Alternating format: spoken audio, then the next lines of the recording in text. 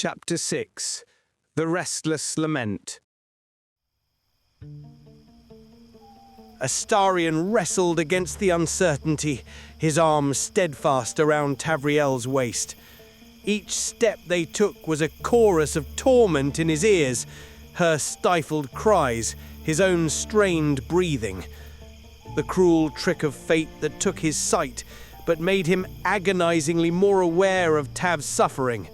Tav's voice trailed off, a mere whisper on the wind.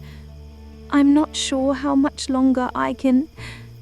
No, darling. Come on, we're almost there, I promise. He tightened his grip and kept her arm fixed across his shoulders, forcing her to stay on her feet and stumble forward with him. The worn path underfoot shifted from an earthy scent to the greasier aroma of human habitation. Astarion leaned heavily into his other senses, trying to form a map in his mind, relying on echoes and temperature changes, the smells that wafted on the breeze, and the slight shift in ground texture underfoot. He felt as if he were navigating through a thick fog, armed only with a shattered compass. Tavriel's breathing became more shallow with each passing step, each exhale carrying a flutter of anguish that stabbed at his heart like a dagger. Her body trembled against his, her normally unbreakable spirit sagging under the weight of her physical pain. Stay with me. Her weight became heavier, just a little farther. The first wafts of wood smoke filled Astarion's nostrils, tinged with the deceptively inviting scent of a stew simmering over a hearth. Somewhere nearby, laughter erupted, a drunken mirth that clashed painfully with their grim reality. He strained his ears, zoning in on the distant clatter of tankards and the crackle of a fireplace.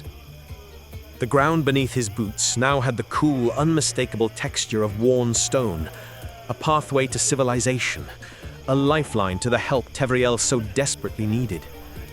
She was awake, but only barely.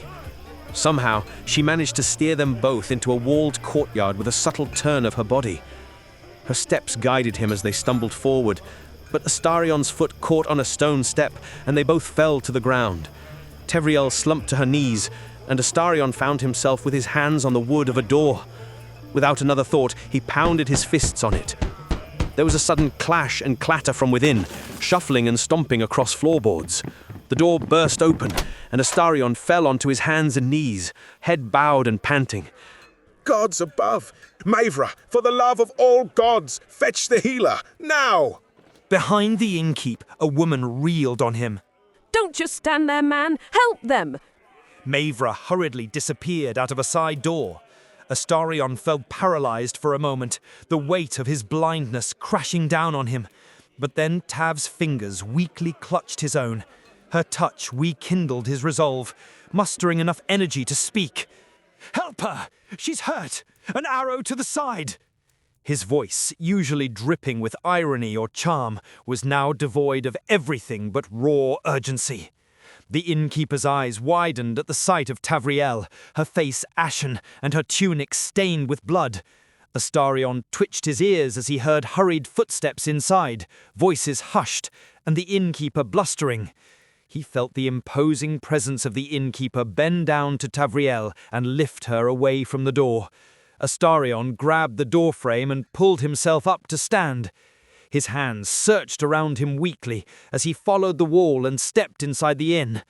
For a brief moment, he felt relieved that Tav had been taken inside, but without any way to navigate further, he leaned tiredly against the wall, his soul torn by the need to guide him back to her. There was a flurry of footsteps, heavy stomping across the hollow wooden floor. And you, lad, are you hurt? Gods below, there's blood on you.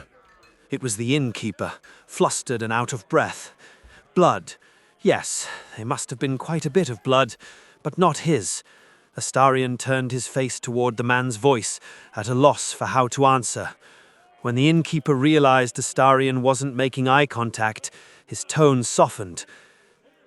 Can you see, lad? I'm blind. Don't fuss over me. It's her, Tav, who needs attention. The innkeeper seemed to absorb the information.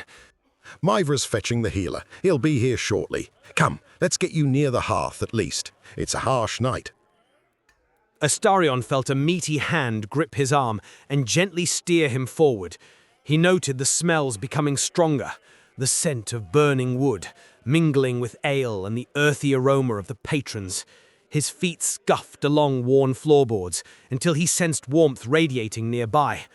Sit here. He was guided to what felt like a wooden stool near the hearth. Though he was grateful for the warmth, Astarion's thoughts were elsewhere. He leaned forward, his elbows falling onto his knees, his head in his hands, raking through his stark white hair, his ears strained for sounds, for any indication of Tav's condition. His shoulders slumped slightly, resigned to a feeling of helplessness. There were no clerics in this town. His mind raced backward in time when he and Tav passed through, searching for details in his memory. It was a small village, he remembered.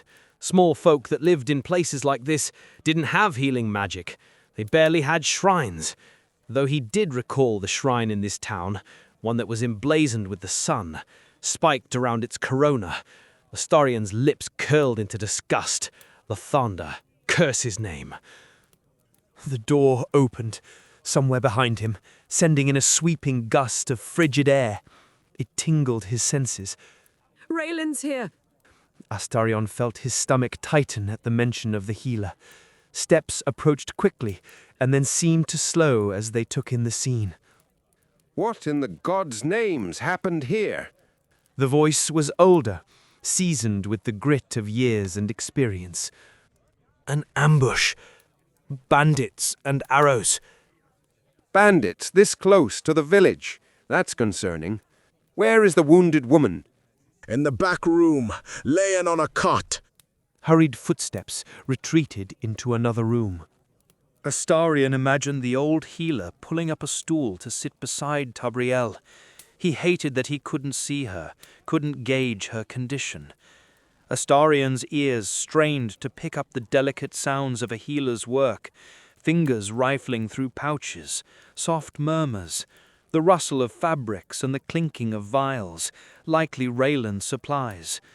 Each second stretched to an eternity, Astarion clenching and unclenching his fists, fighting a battle against heartache and darkness in his mind.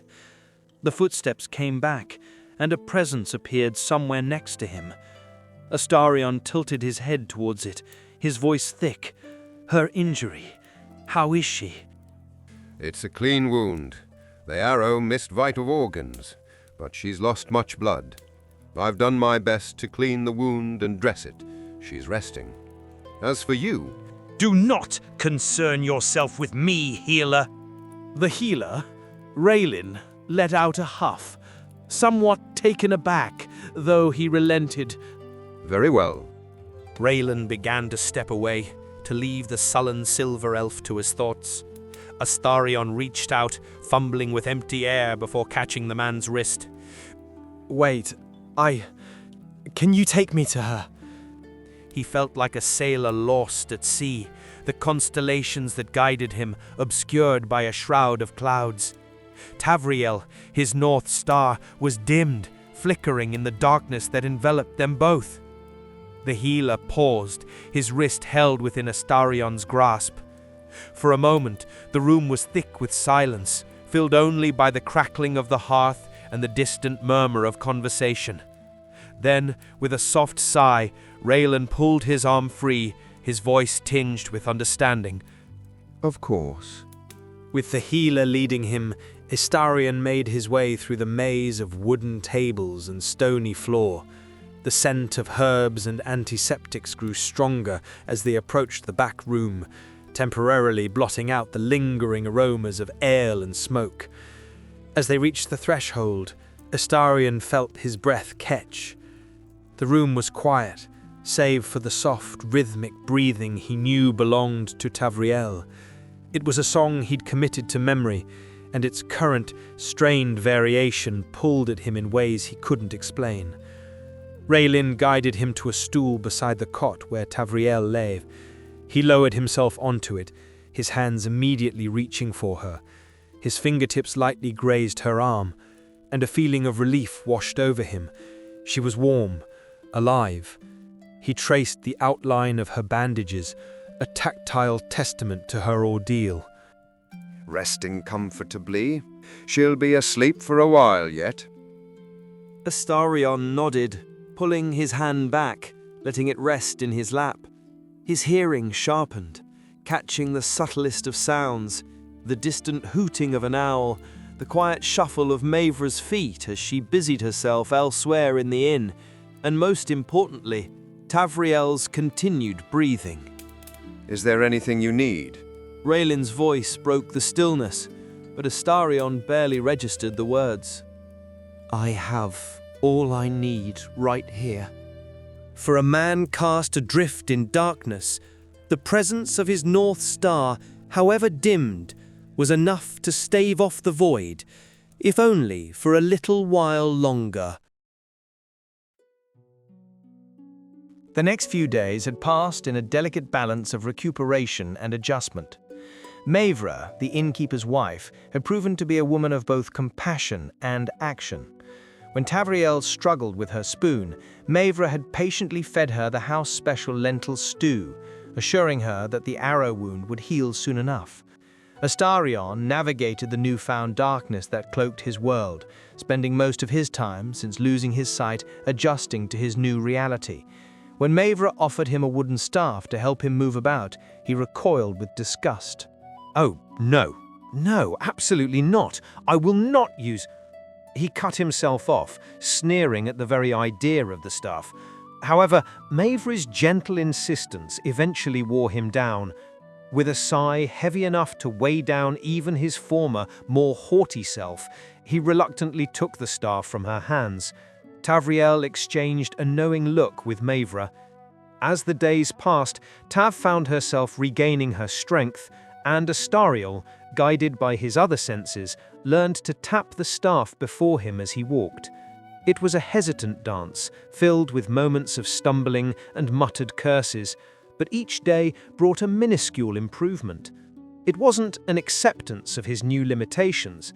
Instead of resisting, however, Astarion acquiesced to a circumstance he was coming to terms with as immutable, though not without retaining his characteristic wit and sarcasm. Darling, if I'd known my life would be a tale of irony, I'd have asked for a better writer, he had quipped to Tav, though the corner of his mouth trembled just a little. During one of these quiet moments, Mavra delivered news that their horses had been found, safe and sound, by a local stable hand. Along with them were Astarion's rapier and dagger, items he had thought lost in the frantic fight against the bandits. Though Astarion could not see the familiar weapons, the cool touch of the steel brought him a sliver of his former self back, if only for a moment. 5 days had passed since Tavriel and Astarion arrived at the inn, battered and in desperate need of rest. The innkeeper's wife had seen to their needs with the practical kindness of a woman well acquainted with the toll the road takes on travelers. Tav's wound was healing well, thanks to the local healer and Mavra's vigilant care. She was feeling restless, itching to feel the sun on her face and breathe in the fresh air. I need to go outside, Astarion, Tav said as if it were an announcement.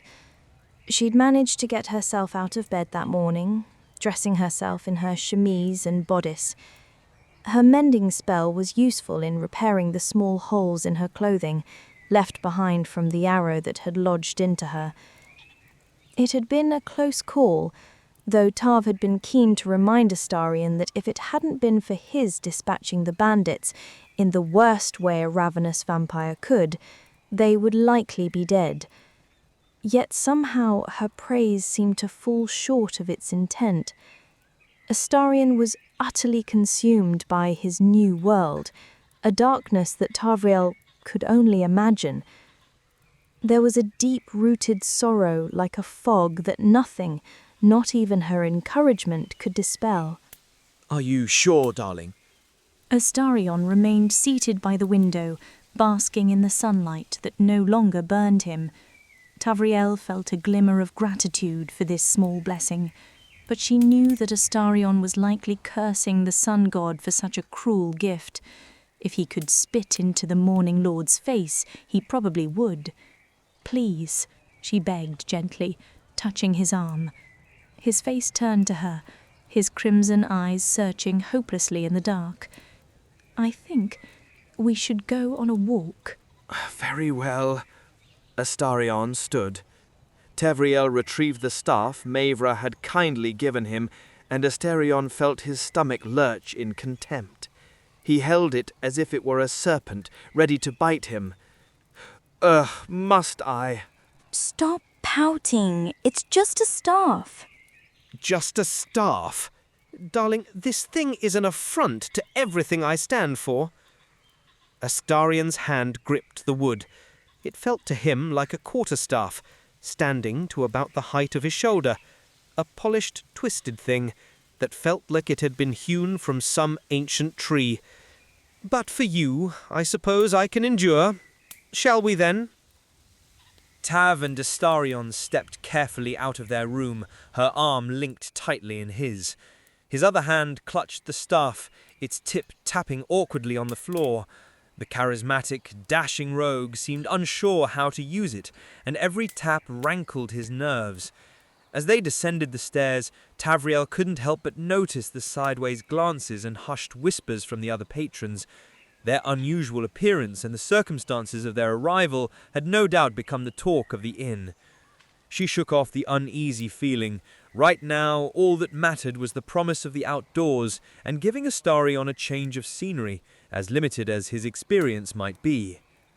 The front door swung open, and a gentle breeze tinged with the smell of fresh earth and blossoms hit their senses. Tav took a deep breath, savouring the clean air, while Astarion subtly flinched at the myriad of smells that now seemed overwhelming to him. "This way," Tav said softly, guiding Astarion through the grassy clearing near the inn. She noticed how he let the staff hesitantly touch the ground before each step, his elegant fingers clutching it delicately, awkwardly. Tell me, what do you see? "I see a handsome elven man with white curls, wearing a white shirt." You never could follow directions, could you? The teasing seemed to be nothing but an echo, missing some key ingredient that was in short supply. Tav felt a squeeze in her heart and a flush of embarrassment. It was too early for games, perhaps. The sky is a brilliant shade of blue, with only a few clouds lazily drifting across it. The grass is like an emerald sea, and wildflowers are just starting to bloom.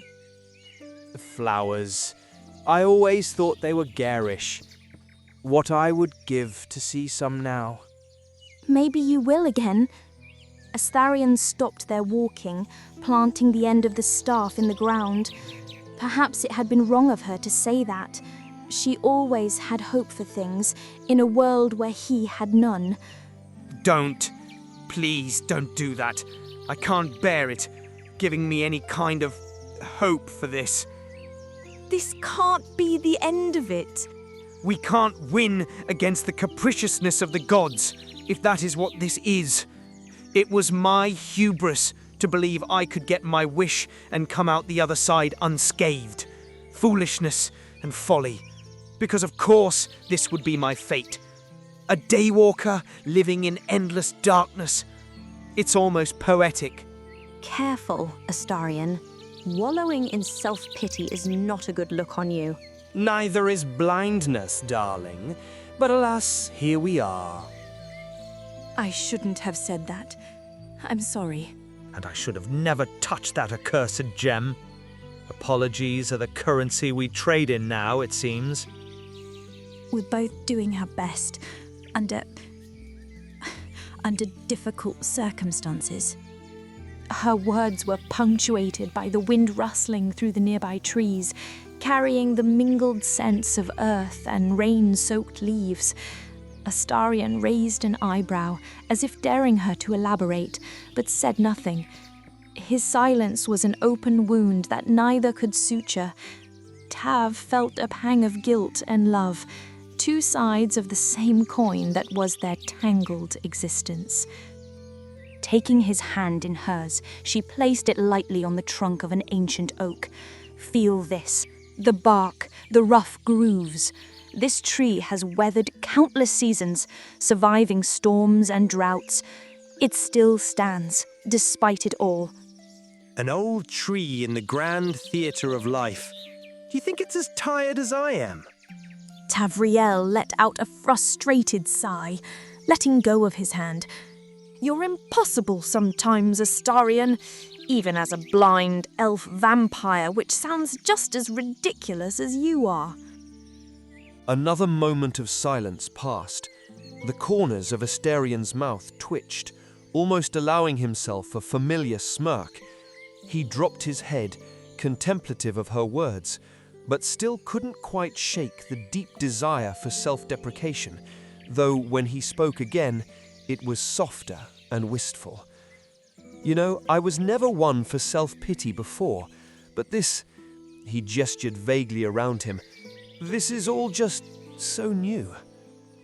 New for us both, Tav corrected, touching Astarion's hand where he held the staff. It seemed to startle him and caused him to gasp inward. He hung his head, shaking it. You still have your world, Tav. The sun, the flowers, even the damned bloody grass. You can see it all.